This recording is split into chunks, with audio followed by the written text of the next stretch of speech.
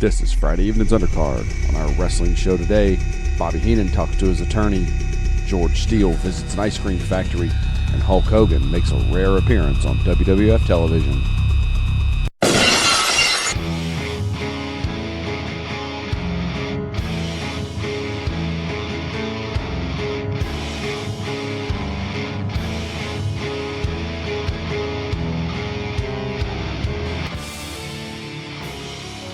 Welcome, wrestling fan, to Friday Evening's Undercard. I'm Gentleman John. He's Electrifying Eric. How you doing, buddy? Another night in paradise, man. Absolutely. And speaking of paradise, well, I don't know if that's where we're going this week, but it's June 1st of 1987 on Primetime Wrestling. I'll tell you who's not in paradise, and it's Gorilla Monsoon having to sit there with Bobby Heenan and the attorney. Hey, actually, legal representative. Yes, Bobby Heenan's legal representative, with smoke coming off of that chair like a chimney. I think he burned through 3 or 4 cigars during that taping. Yeah, once again, another element added to the ongoing genius that is Gorilla Monsoon and Bobby the Brain Heenan. And they keep this one going throughout the whole episode, where you had where Monsoon called him an ambulance chaser, and that was just right at the beginning, and then of course they just keep going at it. Well, and I think it plays perfectly to each one of their characters. I mean, I think it just shows you give those two any material, they're going to make it just pure comedy gold. Well, the thing is they're probably the ones that came up with the idea for it. Like, I'm sure Vince wasn't feeding them stuff. Not back then. Oh, no. No, you can tell that this is not scripted. This is just, I think, two really talented performers being sort of left to their own devices. And speaking of Vince, before we get too far into this, and I forget to mention it, we are recording this on Thursday the 6th. Obviously, there's the Normandy thing, and hey, bless them, we could go on for a long time about that. But in the wrestling world, this day in 1982 was when Vincent K. McMahon bought WWF. Arguably, maybe the most important day in wrestling history. At least the most influential, yeah, no doubt. I think we think about this is sort of the birth of the modern era of professional wrestling as we know it. Of course, with hindsight, we see this is sort of also the day that the territory system sort of, if we want to put a date on their sort of tombstone, this could be it. With what Vince does after this, we're talking only 5 years later after this, what he did to basically completely alter the pro wrestling landscape is pretty remarkable. Yeah, because by now in 1987, there's really nothing left. I think Florida might still be around, but they're going to be gone before the end of the year. All the stuff in Texas is gone, and we'll actually get into sort of a part of that right here. And really, the only thing that's left is Memphis. Yeah, of course, you still at this point still have, the Crockett's still around. Well, right, yeah. I wouldn't really consider that a territory per se. By this point, they've sort of morphed a little bit, and no, really by certainly mid '88. All you have left is WWF, WCW, and then sort of the remnants or whatever you want to call them of Memphis, and that's pretty much it. And of course, we should add Vince McMahon, a proud graduate of East Carolina University. Yep, that's one for you to hang your hat on for sure. Hey, whenever I have to say anything, I just go, you know what? We produced not only Vince, but Linda McMahon. So, leave it to a pirate to basically pillage the pro wrestling landscape. That's true. It is very true. So, speaking of pillaging, should we get right into this one? Yeah. We did the intro, and now we've got a match. We've got Don Morocco and Lanny Poffo. And this one was recorded May the 17th of 87 at the Maple Leaf Gardens. Don't have an attendance figure, and you've got Heenan and Monsoon on the commentary. Lanny starts off, he does his standard promo, and then you get a great Heenanism where he says if it wasn't for bathroom walls, Lanny Poffo wouldn't have any material. And with that, we are off. Yeah, I think, pretty decent match. I mean, certainly nothing, it's not a 5-star classic, but I think for what it kind of was, it was pretty good. Certainly Poffo, shows off, number of pretty athletic moves in this one. Yeah, that he does. And I think, some things that maybe this era were kind of a little sort of ahead of their time almost. You didn't see a lot of this always. No, you did not see moonsaults. Especially on WWF television. Absolutely. You did not see moonsaults on WWF television during this time, but you saw one here. You've still got Monsoon. He's still going on about Morocco's injury, and he's still getting it wrong.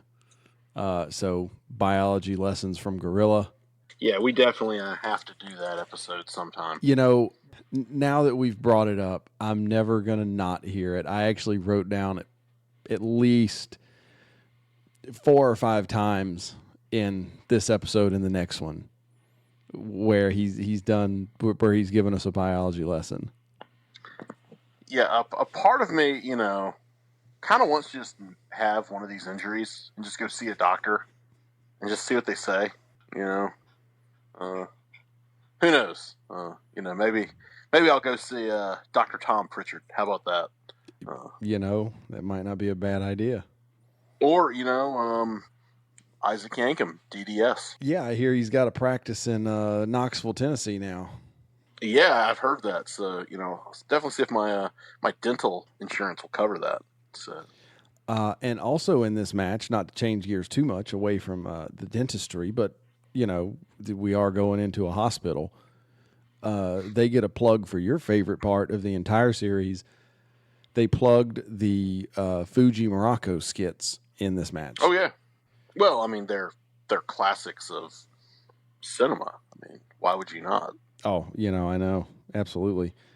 I have a note that Lanny Poffo worked a very, very long hammerlock. It seemed like it went on for probably 3 minutes that he was working a hammerlock. And, Don Morocco kicks out of a moonsault, and then he wins with a tombstone pile driver that he dedicated to Bobby Heenan. It's funny he does that, because every time I've ever delivered a pile driver to somebody, I've dedicated it to Bobby Heenan. Well, who else would you dedicate it to? Exactly. I mean, you're not going to dedicate it to Monsoon, are you? No, of course not. 2 notes on this match. Ever since we first saw Lanny, I was like, something doesn't look.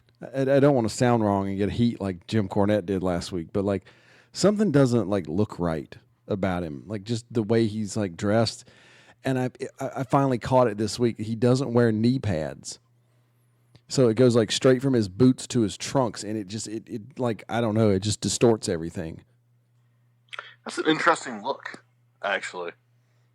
Yeah, it's unique. I mean, it's enough that I've been wondering what's going on. If we ever meet him, I wonder if he just forgot his knee pads. I mean, or if it's something as simple as that. Well, what? Forgot him for a year?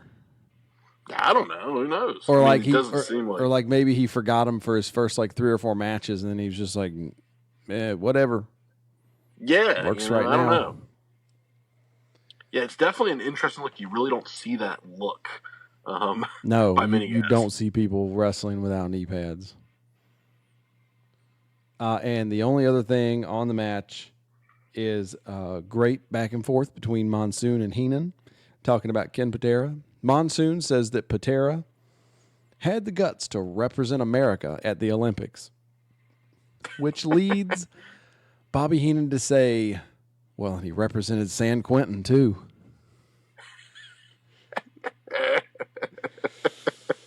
And so that's the end of that match.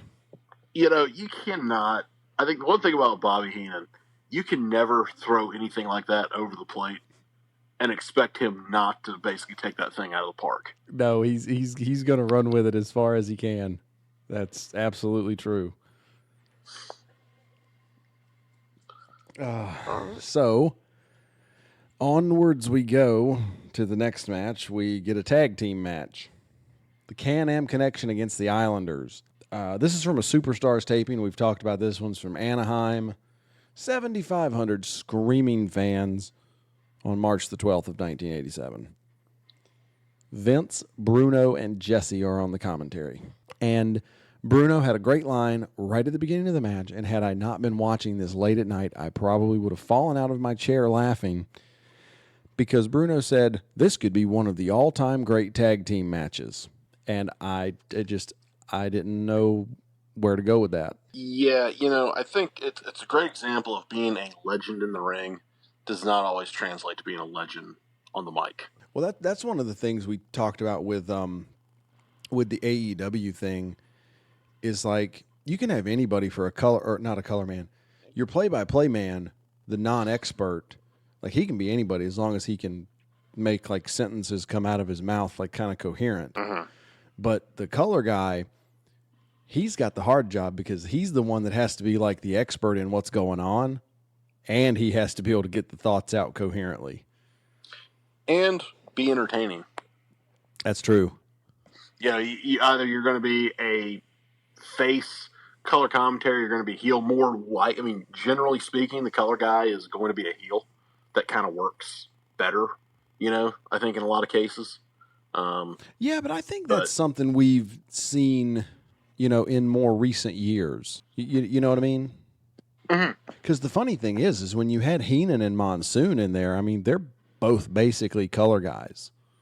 Yeah. Like there isn't sort of the, I guess, a Jim Nance type play-by-play. But anyway, this match goes back and forth. All of a sudden I see Bobby Heenan down at ringside, and I'm like, what is he doing there? Because, I don't know where the match is going, right? And then you hear Jesse Ventura constantly with this ridiculous sounding laugh. I mean, it sounds like it's out of a horror movie. And obviously, hey, no spoilers here. The Islanders win. They ally themselves with Bobby Heenan, and now they're part of the Heenan family. Welcome to the family. Welcome to the family. And obviously with Haku, that's going to be a big deal because he's going to start teaming with Andre the Giant. I don't think Tama's going to be around for much longer. No. And Haku, talk about a guy that's had a pretty, had a solid run in the professional wrestling industry. Yeah, absolutely. And as we noted, maybe the single toughest guy in pro wrestling history. I don't think too many would, disagree with that. So, yeah, I think, it also makes me think, I kind of want to make a t-shirt that says Heenan Family Reunion, 1987. That'd be pretty good. Like one of those cheap family reunion shirts, and on the back have the tree with the various Heenan family members. I think that'd be pretty killer. So, and there'd be some weird people you'd have to include because you'd have to go back to the Crusher in Indianapolis, and definitely got to have Bockwinkel on there. Oh, of course. So, but yeah, we got a heel turn. We got and a new member of the Heenan family. So, actually a lot of action for kind of a sort of just, a weekly match. You usually don't get these matches that kind of promote a storyline necessarily. No, you don't. That is actually, pretty weird. Or at least from what we've seen so far. Yeah. Next, we get an interview with the Killer Bees. Did you have anything from the interview with the Killer Bees? No, I didn't either. We get an update from Craig DeGeorge where you get one of the more disconcerting things I've seen on WWF television, where you have George Steele go visit an ice cream factory. Because what other WWF superstar would you want to go visit an ice cream factory? Well, what could go wrong? Yeah, good grief. Yeah, ridiculous. But it was kind of cool to see how the old, 1980s WWE ice cream bars were made. Yeah. So there's that. There's a little bit of redemption to it.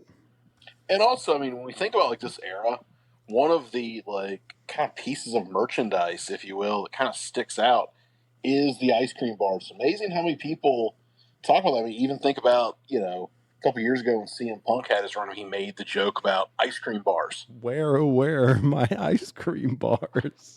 So I mean, it's kind of one of these things. Like we remember. I mean, honestly, the action figures, like the wrestling buddies, and I think the ice cream bars, got to be right up there as far as like kind of merch from this era that you just really, really remember. How many of those wrestling buddies did you have? I had the Ultimate Warrior. That was the only one I had. So I think I know I had Hulk Hogan, and I think I had Warrior too. I'm trying to remember which other ones they had because I knew I think there was a Ted DiBiase, and I know there was a Macho King because a friend of mine had the Macho King. Nice. Yeah. Actually, kind of now, I'm like kind of wishing I had a Macho King wrestling buddy. Gosh, I wonder how much those things cost on eBay. Yeah, that's. I mean, it's one of those things I want it, but there is a certain price. I mean, I would just have it, like in the front seat of my car. Just driving around. There's the Macho King. Okay, so because we're live here. We're live, pal. We're live, pal. How much would you pay for a Macho King wrestling buddy? Because I am looking on eBay right now. I'd be willing to maybe go $50. Well, let's see. Good sir, you are out of luck. There are two wrestling buddies for sale on eBay right now. One of them is $90 and one of them is $100. Oh, wow. Oh, let's look real quick and see how much a Hulk Hogan one is. Now that's on a buy it now. Right. Oh man, I was about to say you can get a. It looks like you can get a Hulk Hogan wrestling buddy for $42, but then I'm looking at it and it looks like a dog has eaten part of the foot off, and they've like sewn it back together. So it would kind of be like a Kerry Von Erich. Oh yeah, wrestling buddy. That's true.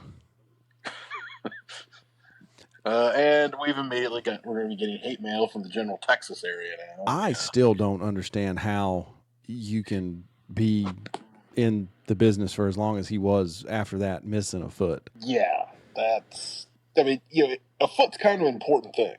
Yes. You can, there's certain things you can kind of work around. Like if you're missing part of a finger, that's all right. Or you're missing part of your ear, but. Cactus Jack. Yeah, exactly. But, foot, it's kind of involved in a lot of things. So. Yeah.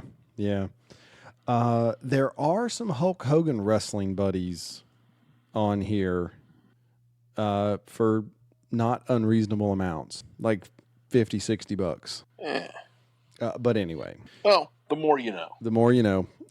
Onwards we go. You get a Billy Graham segment where I swear it looked like they were replacing a metal hip joint on a pig carcass. Because there's no way that was a human. I don't know what it was. It was not a human that they were doing that operation on. And so they go through that, and then you get the footage of Billy Graham trying to climb a mountain with his walker. And he's like, "Oh, don't touch me. I'm going to the top." But yeah, whatever. Inspirational. And that's the end of that one. Thankfully. And, I was thinking today, because obviously we've mentioned that Billy Graham's had like GoFundMe's and stuff up. Do you listen to the Ron Fuller podcast? Every now and then. I'll be honest. I listen to that show every week. And here's the thing. I have never seen a Ron Fuller match. Are you telling me that Billy Graham couldn't have done something like that? How many people would he have got to listen to him? Yeah. Because, he's a WWF champion, so all kinds of people are going to know who he is. They're going to remember him, and that would get, like, big-time listeners. Yeah, but, I think also after a while, how many rants do you want to listen to? Well, because, after a while, they might not be entertaining rants, because, there's a fine line between entertaining and just sad. Yeah, but you wouldn't be able to have him sit there and rant, because even Cornette can only rant so often before people turn off. There has to be some like entertainment to it. But if he did something like what Fuller does, where he just goes chronologically through his career, like, well, I started out in Minneapolis, and then I went to San Francisco, and then I went to New York, and then I went to Florida, or however the chronology goes. And then, of course, he could intersperse something in there where he, calls Bob Backlund an overgrown child or whatever, but you just go through it chronologically, and, I think there would have been a heck of an audience for that. Yeah. But anyway, speaking of getting hate mail from Texas, we were talking about that a minute ago. we get another match with Sam Houston going against just fantastic jobber in Johnny K9. Maple Leaf Gardens, May 17th of 87. Heenan and Monsoon on commentary. Don't know the attendance. Not really much to this. The certain irony is that he defeats a guy named Johnny K9 with a bulldog. Yes. I had no idea what that bulldog was. It looked like an unbelievable botch. I had no idea what he did. One of the notes I have is that he was dancing on the ramp as he was coming in. And then I just have a note that this is a spot that he does. He hits 3 arm drags in quick succession, and then the opponent rolls out of the ring. And that's what you have. Yeah, nothing really to write home about this match, really. No, nothing else for that one. Sam Houston wins with a very strange-looking bulldog. So I guess we can move on from this one? Yes, we can move on. You get Paul Roma and Jim Powers going against the Shadows. And quickly, I'm going to give a little bit of background on this one. So first off, Gorilla Monsoon has been hyping the Shadows for the first part of this show. They are nothing at all spectacular. There's nothing that ever came out of it. Let's see what we have here. Actually looked up who the two Shadows were. I wanted to see if something was actually going to come out of it, like it was going to be some big reveal, like, oh my gosh, it's the Hart Foundation working under a mask. Sorry, not how it was. You get Jose Luis Rivera. He's one of the Shadows. He's a Puerto Rican wrestler. And the other one was Randy Colley. So Moondog, what was he, Rex. And that's who the Shadows are. Yet another tag team for the Moondog. And I think what sort of amazed me was how long this match went. Yes. Because we're really not talking about like top guys here. They're giving a large chunk of this program. Yeah. I have the card up because I wanted to go over a couple other things. 13 minutes and 46 seconds this match went. And so this one was from the Sam Houston Coliseum, May 15th. Not named after the wrestler. Not named after the wrestler, named after the governor of Texas. May 15th of 87. We don't have an attendance figure. It was WWF's debut at the Sam Houston Coliseums. First card they ever worked there. And Ted DiBiase made his WWF, I guess, re-debut, if you want to call it that. Mm-hmm. He had been gone for about 7 years because he'd been working in Mid-South, which was closed, which is why WWF is now running the Sam Houston Coliseum. Apparently, there was some sort of a promo in the ring by Paul Bosch and Peter Burkholz. Those were the old Houston promoters. But yeah, so this was the first card that WWE ran in the Sam Houston Coliseum in Houston, Texas. And we got to see the $1 Million Man. Always a plus. So the first note I have on this one is that there are like 5 women sitting in a group in the front row, and they are really into the action. They are jumping up and down, and I mean, they're going crazy for this match. Are they like some of Paul Roma's ring rats? Well, I don't know. I mean, I guess they could be. I mean, because my general reaction to, a Paul Roma match is not jumping up and down of excitement. No, I certainly didn't jump up and down at excitement of this match. I mean, I might jump up if I realize the remote is on the other side of the coffee table, not near me. Yeah, so we can change it. Yeah, so I can change it. But keep in mind, he's a horseman. Yes, he is. Definitely his biggest claim to fame. Yeah. They keep trying to take the mask off of the big one. So I'm assuming the bigger one is Randy Colley, but I could be wrong with that. Gosh, was this the match that they worked like a toe hold for, had to have been 5 minutes? I believe so. It's blending together because there's another match between these two teams next week, and I'll talk about that one when we get into record that one. We get some more anatomy by Gorilla. He talks about the lateral collateral ligaments, and then, because what else do you talk about? He talks about the external occipital protuberance. And other than that, I don't have anything really for this match. Yeah, I mean, for as long as a match, I don't think we should even come close to talking about it as long as this match actually occurred. No. Roma and Powers actually did some. They were really acting like heels here, so I don't. That may be the only thing that's even remotely relevant going forward. They were doing a lot of the, I guess, like blind. Well, they basically weren't tagging; they were just switching in and out and stuff like that. And then they did a really weird crossbody, and yeah, they got the pin where Paul Roma held the foot down. So I don't know if that's foreshadowing something or what. I don't exactly have, memories of the full history of Paul Roma and Jim Powers. Yeah, I think we both only have so much brain space to devote to things, and that just doesn't make the cut. Yeah, no, that doesn't make the cut. Neither does this next interview where you get Gene Okerlund with Slick, the Sheik, and Volkov. Anything? Not really. No, I didn't have anything either. Slick was kind of funny, but it's certainly nothing I felt the need to note. Next, from the same Sam Houston Coliseum show, you get the Fabulous Moolah against Angie Manelli. I have no idea who Angie Manelli is. Obviously, we all know who Moolah is. I don't have a heck of a lot of notes. I will note that the Fabulous Moolah was 63 years old when she wrestled this match. And did you catch that spot where they tried to do... Manelli got Moolah in the spot like you would start to get somebody in a Boston Crab and then flipped her up into the rope? Yes. Yeah, it looked like Moolah stiffed her after that. Yeah, this match gets real snug by the end. Yeah, after that spot, I mean, it looked like Moolah just got her in like a front mount and just cracked her a couple times.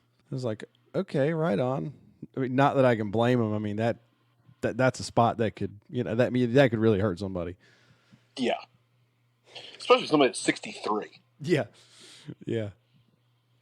Our favorite wrestler from Ohio Valley Wrestling, she had a birthday the other day, so she is now 98 years old. Oh, you might not have watched OVW in a little while. You may not even know who I'm talking about. Yeah, I've been kind of a little preoccupied, but yeah, go on anyway. Well, they had a wrestler debut of probably maybe like 2 months ago, and they called out her name and they said she's like the 97-year-old wonder of professional wrestling or something like that. I mean, and it's obviously this girl that's, at most probably our age.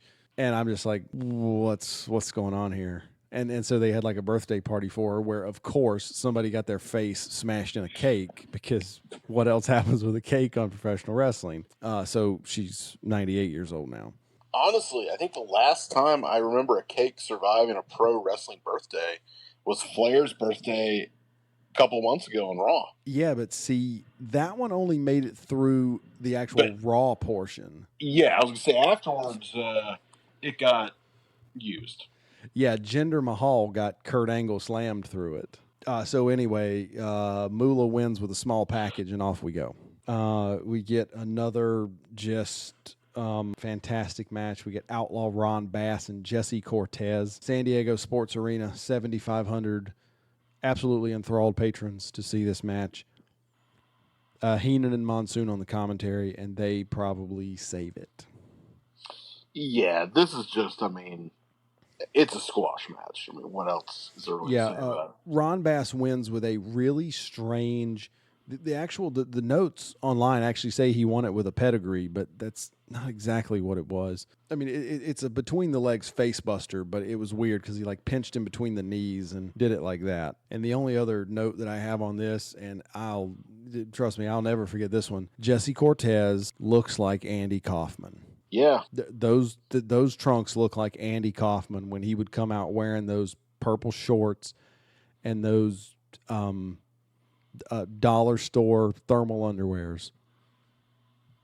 And that's not a good look you want to have for somebody who's actually like a professional. No, not at all. And I got nothing else. If I say anything else about this match, we're probably going to go longer than the match took. Yeah, we don't want to do that. And now we go on to the main event, brother. Cowboy Bob Orton against the Hulkster, Hulk Hogan. And of course, because this episode airs on June 1st, which I believe would be Memorial Day Monday, Hulk Hogan comes down to the ring with a flag and he's just going out. Now, see, here's to me, all right, we know Hulk's a great patriot. We know he loves America. Should he be facing a foreign heel here? Like, that, to me, that would just be like, I know you might be working a program or you might be doing some things here, but, honestly, I would, throw, Nikolai Volkov out there, somebody. Like that Put him up sort against of seemed Sheiky like Baby again. yeah. Just sort of throw some kind of red meat patriotism out there. Yeah, I don't have a heck of a lot to this. I mean, it's a very, very standard Hulk Hogan match. Yeah. That said, that crowd, when his music hit, now you do not see this anymore, that crowd went crazy. As soon as his music hit, they went nuts. Yeah, you got, I will say this, even today, when his music hits, it gets pop. Like, dare I say, maybe the greatest pro wrestling theme ever. Oh, surely it's got to be. The only thing I can think of, maybe Pomp and Circumstance with Randy Savage. Clearly, 2001 Space Odyssey with Flair. And I didn't even put, like, Ultimate Warriors up there, maybe Stone Cold's, but, Hogan's, man, there's no doubt about it when that hit. The thing with Stone Cold, though, is that he had several. True. They retained the glass break, but he ended up having several theme songs. Whereas Hogan, for essentially his, other than the short run as Hollywood, well, it wasn't that short, but you know what I mean. Other than the run as Hollywood, where he did Voodoo Child, it was real American. Yeah. But anyway, the only other major note I have there's two. The ring rope broke somehow, and I don't think that assisted these guys in what they were trying to do, because the top rope was almost about to fall off, and the middle rope was not tight. And so that did these guys no favors. And then, obviously, in the in-between segment between the Ron Bass match and here, Gorilla Monsoon got on the phone with somebody. I don't know who. Well, nobody. Legitimately, he got on the phone with nobody, but he was acting like he was on the phone with somebody, and I can't remember who. And then the attorney just left. He just ran out of the building, left his cigar smoking on the table and everything. So when they take the break in the middle, they've got the little weasel doll sitting on the chair because Heenan's gone because he's trying to chase his attorney down. Good stuff there all around. Yeah. And other than that, you get a standard Hulk up from Hogan, and that crowd comes unglued. I believe hulking up needs to become more commonplace in athletic competition. Like, I'd like to see a guy, get his bell rung in football. He's, laying there, but then all of a sudden he just, hulks up in the middle of the field and then just, points the guy that hit him, yeah, he might have a severe concussion, but if you're going to have a severe concussion, at least, do it in style. Yeah, that's true. If you can get up. Well, there's always that too. But yeah, hulking up, in general, needs to be I think anytime I fall down now, I trip, I'm just going to go to the ground, but then I'm immediately going to hulk up. And point at the ground. Point at the ground. Yeah, absolutely. And shake your finger 3 or 4 times. Oh, yeah. Yeah, let the ground know that it's about to get a big boot and a leg drop. Well, speaking of a big boot and a leg drop, that's how Hogan won the match. Spoiler alert. I've never seen a Hogan match end like that. Never seen him end one like that, no. And that ends I thought he was going to do a frog splash. Off the broken top rope. Off the broken top rope, brother. He's just going to come right off the ring post. He doesn't need no ropes. Nope. Hogan with the 619. Have you ever seen Hulk Hogan come off the top rope? No. Not that I can think of. I don't think I have either. Yeah, I don't. I don't know how many Hulk Hogan matches I've seen in my life. I don't ever recall that. No, I don't recall seeing him ever come off the top rope either. I remember one match where Warrior came off the top rope, but not Hogan. Well, with that, our main event is done. Yeah, the main event's done. Do you have anything from the Heenan Monsoon back and forth after the match? Not really. No, I didn't either. Oh, but speaking of a 619, did you see the most fabulous 619 ever during the AEW Battle Royal? Yes, very true. Good grief. Oh, I can't. Oh, I don't know. Well, should we, is this the go home signal right now? Yeah, we'll go ahead and take it home. Hey, wrestling fans out there, we appreciate you listening. We'll talk to you again next time.